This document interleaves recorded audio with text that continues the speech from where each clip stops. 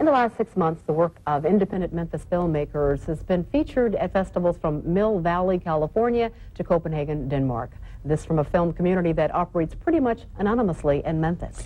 But one filmmaker, John Michael McCarthy, welcomes all this newfound attention. He is a former comic book artist from Tupelo who's been making movies longer than most in the Mid-South. He calls himself the king of the Memphis movie scene.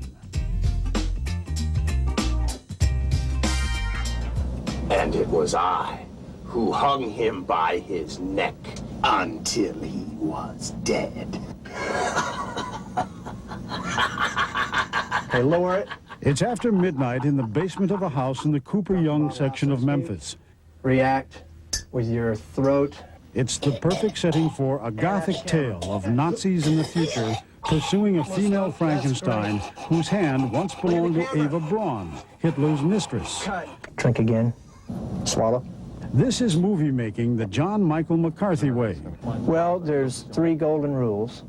Don't ask permission, shoot until they make you stop, and deny everything. It'll take all night for McCarthy and his small band to shoot this single sequence. So then the necro-Nazis go after Cadavera just because she's got Eva Braun's hand. But Eva Braun's hand has a ring on it that has the purified blood of the Immortus on it, but they don't know that. So by killing Cadavera and destroying the hand, they also destroy the last chance they have to purify themselves. Don't make him too raider. If art reflects life, then McCarthy's artful purpose is to purify the American myth, which McCarthy says has become too commercial and uninspiring.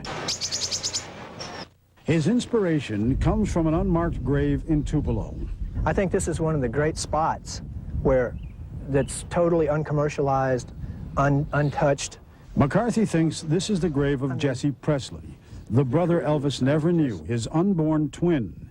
It shows up in one scene of his first movie, Teenage Tupelo, made 6 years ago.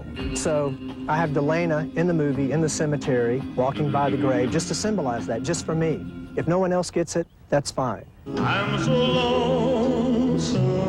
McCarthy says Elvis's life embodies the rags to riches American myth in the latter half of the 20th century, but tells only half the story. You have 2 children that are born a mile away. One is alive, one is dead. One is buried in a pine box. The other one goes on and becomes the most famous, influential person in the 20th century, arguably. He means in popular culture. So with those things in mind, you realize that there's only half the story being told, and the other half is right there, and no one knows about it. And so McCarthy makes movies to honor the forgotten Presley, in spirit if not in name.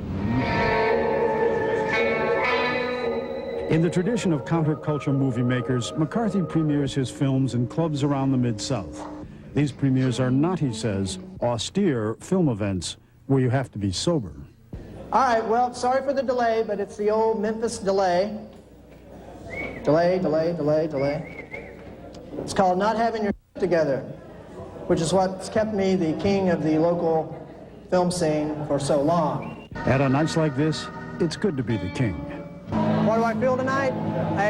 A rush of chemicals. No, I'm just kidding. I'm happy to be here, you know, a little anxiety. Yeah, he is. Oh, says Claudia.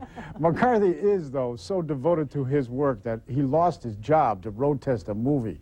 But that hasn't stopped him. He is filming another movie now, even though he doesn't have a backer. I think he's going to get what he wants. Sooner or later, Yeah. He does have a...